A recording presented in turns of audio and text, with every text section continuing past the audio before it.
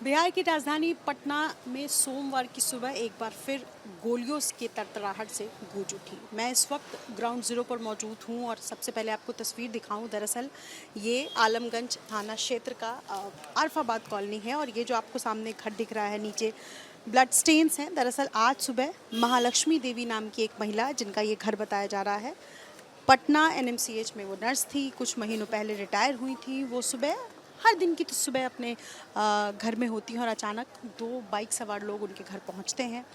इस घर में महालक्ष्मी देवी, उनकी बेटी और उनके पति पहले से रह रहे होते हैं और ये 3 मंजिला मकान, जिसकी तस्वीरें इस वक्त मेरे सहयोगी शैलेश सिंह के कैमरे से आप देख रहे हैं। फिलहाल टू लेट का बोर्ड आपको बाहर लगा हुआ नजर आएगा। महालक्ष्मी देवी को इसी गेट पर, यानी उनके घर की दहलीज पर गोली मार दी जाती है। कई राउंड फायरिंग के बाद महालक्ष्मी देवी को यहाँ से हालांकि अस्पताल ले जाया गया, लेकिन इसी क्रम में उनकी मौत हो गई है और ये आपको ब्लड स्टेन्स भी नज़र आ रहा होगा। दरअसल इस पूरे इलाके को कॉर्डन ऑफ किया गया है।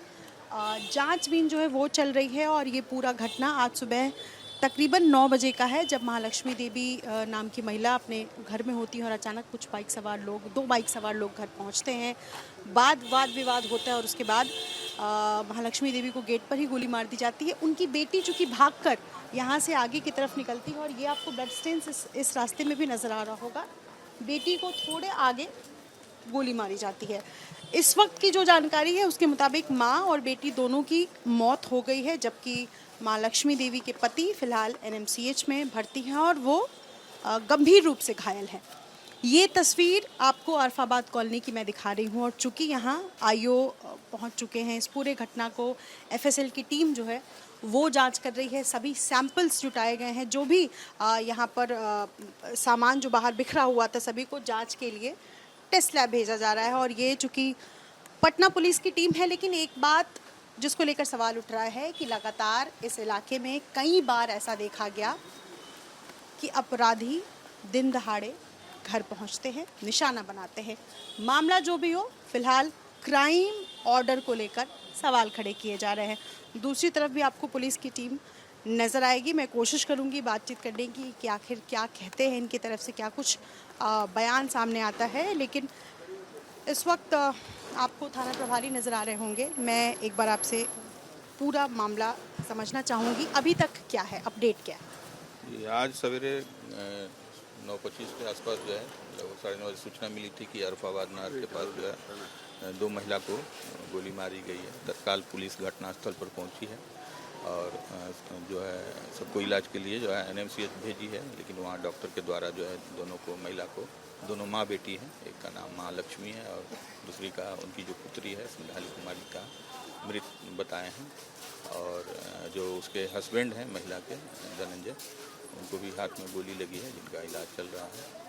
और आगे एफएसएल की टीम और वरीय पदाधिकारी सभी आ गए हैं। विशेषज्ञ जो है घटनास्थल का सीसीटीवी कैमरा इस सबका जांच कर रहे हैं।